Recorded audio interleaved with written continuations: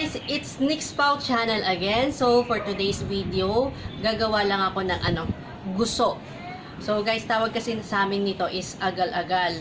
So ngayon, papakita ko sa inyo kung paano siya ginagawa. Basta as long as meron akong mga ingredients from our province, so kahit ma-miss namin yung mga food namin doon, kaya namin siyang gawin dito. Kasi ang ulam namin for today is inihaw na yellowfin.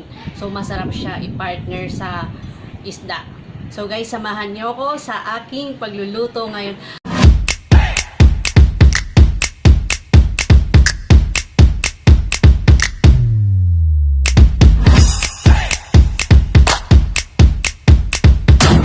So guys, ito na yung nilinisan nating guso.